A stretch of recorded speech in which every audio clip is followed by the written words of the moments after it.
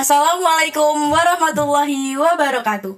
Halo Sobat JG Podcast, perkenalkan nama saya Putri Dahayu. Saya yang akan memandu podcast pada kali ini. Semoga Sobat Jagat Dinalar Podcast selalu diberikan kelancaran dan kemudahan di setiap aktivitasnya. Kali ini kita kedatangan tamu yang sangat spesial, yaitu Kak Cahyaning Putri Pertiwi dan Kak Muhammad Bintang Airlangga. Iya. Jadi, kakak-kakak ini adalah kakak-kakak yang berhasil lolos Olimpiade Sains Nasional tingkat kabupaten di bidang matematika dan juga di bidang astronomi. Baik Kak, boleh tanya-tanya sedikit nih ya? Boleh. Mau tanya apapun boleh. Oke. Sebelumnya, gimana sih Kak awal mula kakak-kakak berdua ini bisa masuk dan ikut sebagai siswa-siswi yang mengikuti OSN di SMA Negeri 1 Pracimantoro? Awal mula ya? Ini saya dulu atau saya dulu? Bebas? Kamu dulu ya? Kita dulu. Saya? Ya. Oke. Kalau saya kan sekarang kelas 12. Ya. Jadi kan saya udah mengikuti 2 kali. Nah, pertama itu dulu saya ikut pas kelas 10 itu saya ikut OSN Informatika. Kenapa saya dipilih saat itu? Karena milihnya itu kemungkinan ya, setahu saya itu tuh pakai nilai raport. Nah, alhamdulillahnya nilai raport saya itu cukup untuk masuk kualifikasi masuk OSN. Nah, di kelas 10 itu saya tuh gagal lolos ke kabupaten pas OSN Informatika. Namun di kelas 11 itu alhamdulillahnya itu saya dipilih lagi untuk perwakilan OSN Astronomi dan alhamdulillahnya juga saya berhasil lolos. Berarti awal mulanya memang pilihan dari sekolah ya Kak, dan Iya, dibantu dari juga sekolah. dengan nilai raport. Iya, Oke, betul. baik. Untuk Kak Cahyaning sendiri? Kalau saya itu kan awalnya dari SMP saya memang sudah pernah mengikuti OSN juga. Baik. Jadi waktu itu guru mapelnya itu bertanya kepada siswa-siswi di kelas saya itu siapa yang pernah mengikuti OSN, dan saya waktu itu juga bilang kalau saya pernah ikut, dan waktu itu diberi kesempatan untuk mengikuti di SMA ini. Baik. Kak Cahyaning juga dari SMP langsung di bidang matematika Kak? Iya. Wah, keren sekali. Jadi kalau Kak Bintang pindah mata pelajaran, kalau Kak Iya. Cahyaning tetap ya? Iya, tetap matematika di hati. Bagaimana sih perasaan kakak-kakak ini waktu tahu nih, wah aku harus ikut OSN nih, dipilih dari sekolah. Gimana Kak perasaannya? Kalau saya pas awal kelas 10 itu tuh awalnya tuh seneng bisa ikut OSN karena kita kayak diberi sebuah kesempatan gitu kan. Nah, terus habis kelas 10 terus saya lihat materi-materi OSN itu kayak kena mental kayak aduh ini gimana cara kerjainnya. Terus akhirnya kan gagal, Iya. gak lolos. Terus pas kelas 11 pas dipilih itu saya cuman kayak oh ya udah jalanin aja kayak gitu. Walaupun jalanin aja di situ dengan perasaan biasa aja, nggak senang. Kenapa? Karena saya tuh udah tahu kalau saya pesimis kalau misal saya tuh gak bakal lolos, apalagi ini kan astronomi Ya. dan ya nggak ada mata mapelnya kan. Ya, betul. Kan saya kayaknya nggak mungkin lolos deh, jadi ya udahlah jalan aja. Ya alhamdulillahnya siapa sangka bisa lolos. Berarti awal mulanya tetap kayak, ya disuruh OSN nih gitu ya? Ya kayak nanti kan juga bisa sebenarnya aduh ini nanti ganggu apel biasa gak sih, ganggu kayak gitu pelajaran, karena OSN nanti kan paling banyak bimbingan. Betul. Terus fokusnya keganti kayak gitu. Oke, untuk Kak Cahyaning sendiri gimana nih Kak? Kalau saya juga sama sih sama Kak Bintang. Awalnya itu kan seneng, tapi habis lihat materinya astagfirullahaladzim, ini apa, cobaan apa ini. Tapi ya tetap dijalanin, mengalir aja, dan ternyata alhamdulillah malah lolos di tingkat kabupaten. Ya. Dan sekarang bismillah ke provinsi. Sama Kak Bismillah. Bintang. Semoga bisa ada cintanya juga ya. Ya amin. Baik. Lalu, ini kan kakak-kakak dari matematika dan astronomi nih. Ya. Untuk Kak Cahyaning sendiri, kenapa kok bisa tertarik di bidang matematika, dan Kak Bintang kenapa kok bisa tertarik di bidang astronomi? Mungkin saya dulu sejauh. Kalau saya itu emang dari sekolah dasar ya, itu udah kayak kalau sama matematika itu kayak wah aku suka nih gitu. Terus di SMP kan juga udah ikut OSN juga, itu juga dipilih. Saya juga nggak tahu kenapa dipilih, mungkin karena nilai juga. Terus ya karena itu mengalir lah, ikut alurnya malah jadi suka sama matematika. Berarti lumayan beda dengan kita umumnya nih ya. Kan biasanya orang-orang pada matematika malas, tapi Kak Cahyaning malah suka teman-teman. Lanjut untuk Kak Bintang, kenapa Kak kok tertarik di bidang astronomi? Kalau untuk ketertarikan ya di luar OSN kalau misal astronomi itu sebenarnya dari kecil emang udah tertarik sama kayak luar angkasa. Ya itu kalau pas SD itu tuh kalau misal disuruh guru ke perpus, ya itu selalu cari buku tentang luar angkasa. Asal. Ya cuma lihat-lihat planet-planet itu soalnya gambarnya kayak bagus gitu kan. Iya. Jadi emang kalau astronomi emang dari dulu emang lumayan tertarik. Cuma kalau bagian OSN-nya itu ya beda cerita karena itu hitung-hitungan fisika semua. Berarti mungkin bayangan teman-teman kan astronomi ya tentang luar angkasa, tapi sebenarnya Iya. enggak ya kak ya? Apa gimana ya? Ya sama juga Ilmunya tentang luar angkasa. Cuma bedanya kalau mungkin bayangan dari orang-orang itu mungkin kayak kita hafalin planet, Iya. planet ini, terus atau hafalin galaksi, Iya. hafalin bintang, terus karakteristiknya gimana, kayak gitu-gitu kan. Iya, betul. Nah padahal itu tuh cuman kayak sebagiannya aja, dan bagian lainnya itu full hitung-hitungan, Berarti walaupun matematika dan astronomi tetap hitung-hitungan nih. hitung-hitungan semua. Baik-baik. Ya. Kak Bintang juga cocok banget kak. Bintang Airlangga dengan astronomi gitu, keren kak. Bisa cocok kak. Cocok sama namanya. Iya. Kebetulan. Lalu seperti apa sih persiapan kakak-kakak berdua ini dalam mengikuti OSN tingkat kabupaten dulu kak? Mungkin dari saya dulu ya. Ya. Kalau dari saya, jujur saya kerjain OSN, enggak. Maksudnya persiapan OSN itu tuh kayak mendadak kayak hamin berapa gitu. Dan saya enggak belajar materi-materinya, tapi saya langsung loncat ke latihan soal. Saya cuma nonton video-video latihan soal, saya pelajari tipe-tipe soalnya kayak gimana. Misal kayak nanti ada hitung-hitungan yang ini, hitung-hitungan itu, terus ada soal-soal kayak gini, kayak gitu. Soal yang di logika yang mana, yang bisa aku kerjain, yang nggak bisa aku kerjain, kayak gitu. Jadi dari persiapan saya cuman siapin pengenalan soalnya itu kayak gimana, sama ngerjainnya kayak gimana. Nah untuk pelaksananya saya cuman pasrah aja. Pasrah aja. Ya. Kak Cahyani sendiri gimana kak? Kalau saya untuk persiapannya juga lebih ke latihan soal sih. Karena kalau matematika itu kalau cuma ngehafalin materi, cuma lihat materi itu nggak bakalan bisa, harus dicoba. Jadi harus tetap pakai latihan soal. Paling pakai yang soal-soal OSN tahun lalu gitu. Seperti itu. Berarti kakak-kakak berdua tetap langsung ke latihan soal ya? Iya latihan soal. Nah untuk gimana kak? Sebenarnya kalau misal dari belajar materi dulu itu pasti jauh lebih gampang. Iya. Tapi minusnya butuh waktu yang lama dan pemahamannya itu jauh lebih susah. Berarti kakak-kakak lebih milih untuk langsung latihan soal. Iya langsung yang instan aja.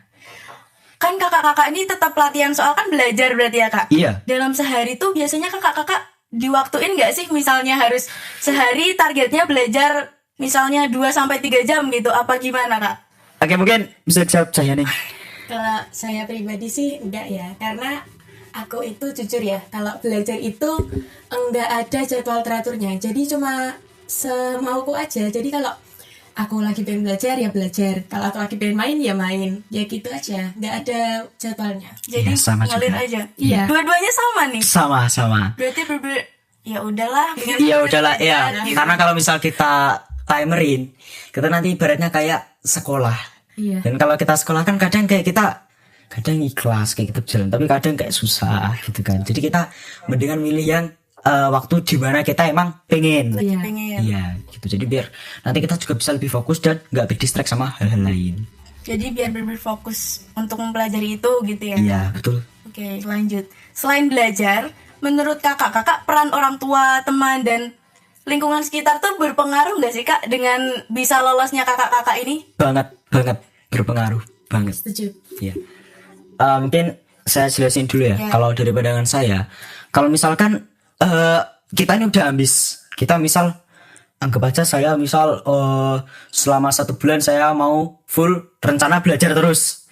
Iya. Tapi teman-teman saya itu selalu bilang, ih ngapain sih belajar, ngapain sih, terus ayolah gini-gini aja, gak usah belajar. Terus nanti kita mungkin di hari 1, hari 2, hari 3 kita bakal tetap lancar kayak biasanya. Cuman makin lama performa belajar kita makin loyo. Karena secara nggak langsung teman-teman kita itu mempengaruhi kita, gitu. Kalau dari saya nih, Kalau dari saya ya betul ya, teman-teman itu sangat berpengaruh. Tapi peran orang tua itu juga sangat berpengaruh ya. Karena Pasti kalau nggak ada dukungan dari orang tua itu, kalau saya pribadi juga agak gimana ya, kayak males gitulah. Soalnya kan tetap orang tua itu yang setiap hari ketemu, setiap hari diajak ngobrol, setiap hari bercerita gitulah. Jadi dukungan dari lingkungan sekitar sangat berpengaruh ya. Penting banget dan berpengaruh banget. Tadi kan kita membahas tentang teman dekat dan orang tua nih. Iya. Selanjutnya kita berpindah ke guru atau bimbingan dari sekolah.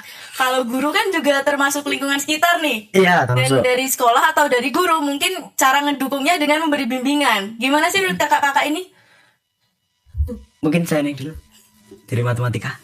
Kalau matematika ya karena mapelnya itu mapel umum ya di sekolah. Jadi tetap di SMA Negeri 1 Prajimantoro ini ada banyak gurunya, jadi bisa memberikan bimbingan secara bergantian. Kalau astronomi? Kalau astronomi saya dulu itu cuma dikasih satu guru, Iya. itu Pak Setio.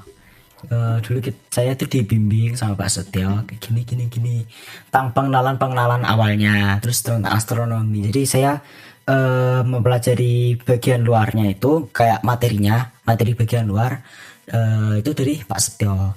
Nah kalau untuk selanjutnya misalnya kayak latihan soal dan lain-lain itu saya belajar sendiri.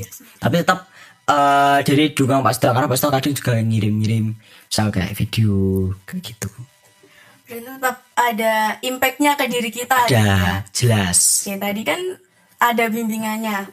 Nah, untuk bimbingan sendiri, kakak-kakak ini berapa kali bimbingan sih sampai bisa lolos dan lanjut ke provinsi gitu?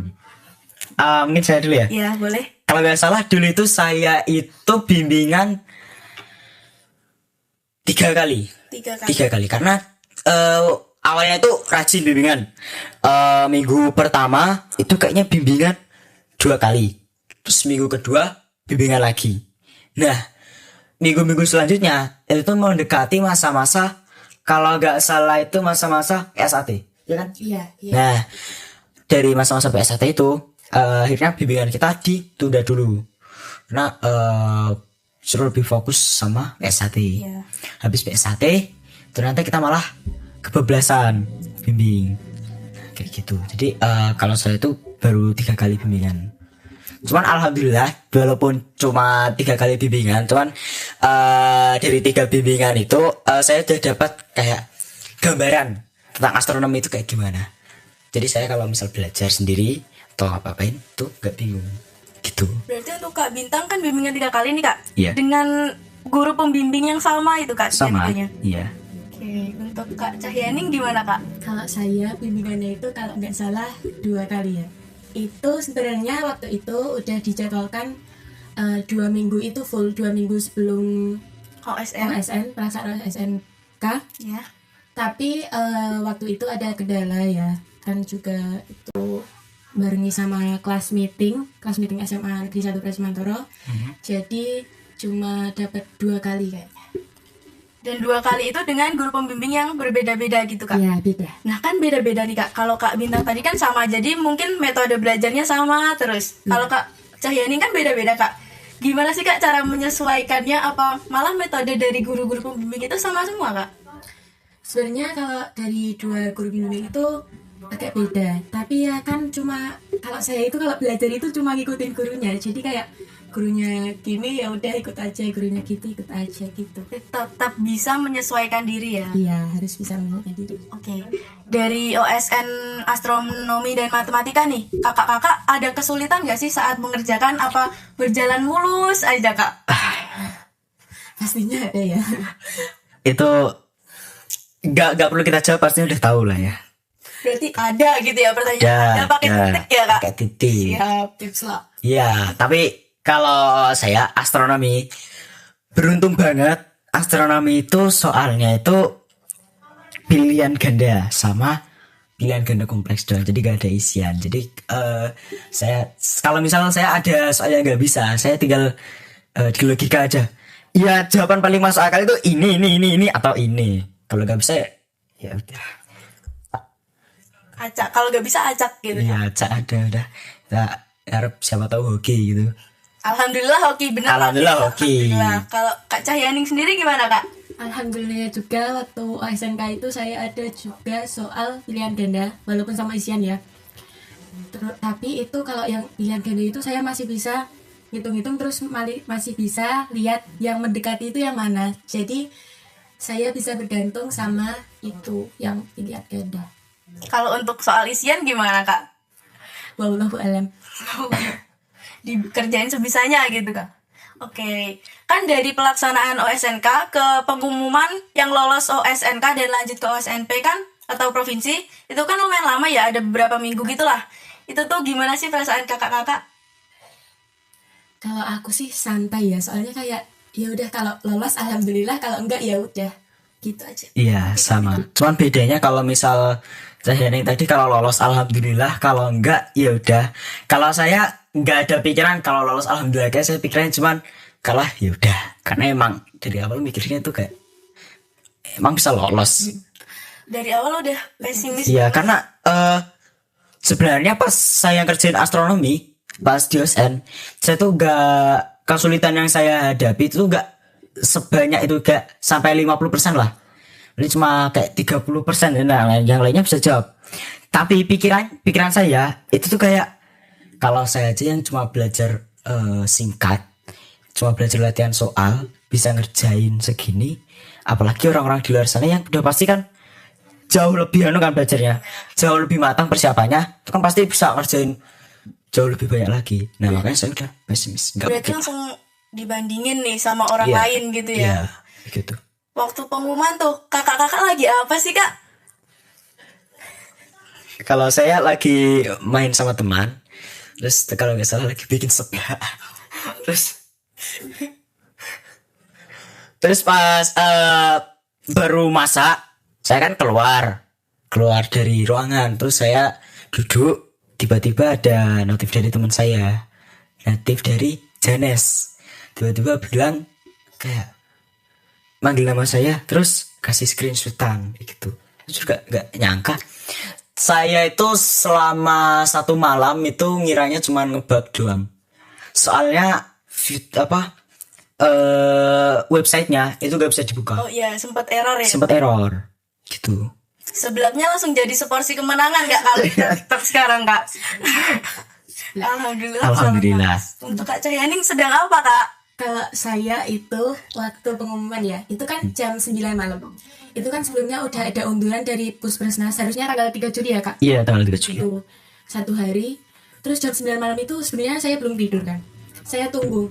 Saya buka websitenya, loh kok ini error? Apa karena kebanyakan yang buka gitu kan?